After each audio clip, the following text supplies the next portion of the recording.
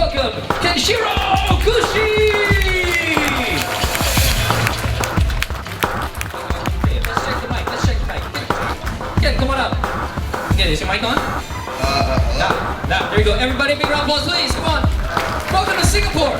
Thank you. Welcome to Singapore. I understand that you just arrived at 3 a.m. in the morning.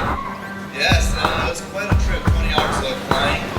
20 hours. US, yeah. Okay, and this is your first, not your first experience in Singapore, but what is your impression of Singapore then? This is actually my second time in Singapore, and I always gotta say that this place is really clean. People are friendly. It's definitely hot. The chicks are Maybe drifting into your lane today.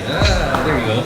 All right, Ken, you're here today for this event. You'll be coming back on 30th of June to take part in the Singapore leg of Formula Drift Asia. Now, in your own words, what is drifting all about?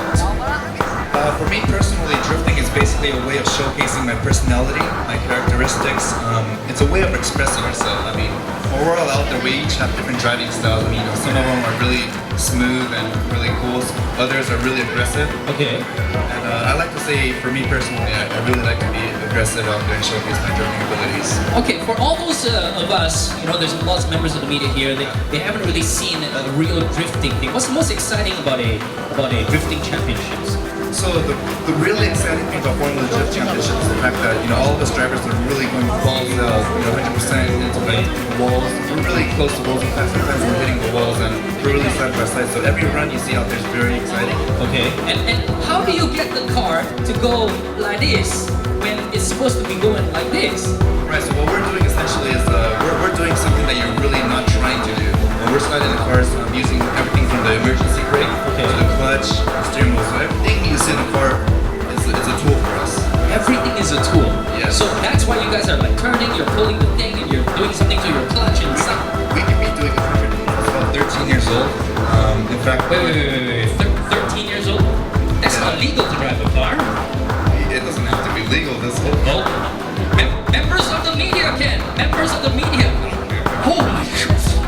Okay, all right, but you started at 13. So yeah, I started when I was 13.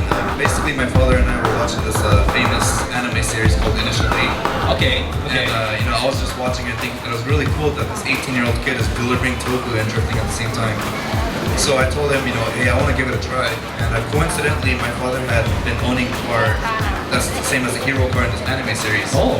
So he had a Corolla, and he took me out to a dry lake bed and started teaching me the basics of drifting. So that was when I was 13. I'm 25 now, and it's been 12 years doing the same thing. So you're 25 years old, but a veteran of the sport. I would have to say 12 years. Yeah, I've seen drifting grow in the US. It's my second time here in Singapore, and last time we were here, we had landed a podium spot, third place in the podium. So it was very exciting for us. And preparing for this event, I mean, with everything from the collaboration with G-Shock and working with Kumho Tires and Marcus and everyone with Formula D Asia, it's been great so far. And they've definitely been making preparation really easy for me. I mean, think about it. All I have to do is just get on a plane and fly here. So Show up much thanks to them. and drift. By the way, drifting is not about who goes around the track fastest, right? It's all about style points and a whole lot more. So, style points in drifting? How do people judge that? Yeah, so like I said earlier, I mean, it's a channel of expressing our driving abilities and how crazy we are. So typically, I mean, if you're out at a front of the drift track and you see a run that's like, you're really taken back, oh my god, that was crazy.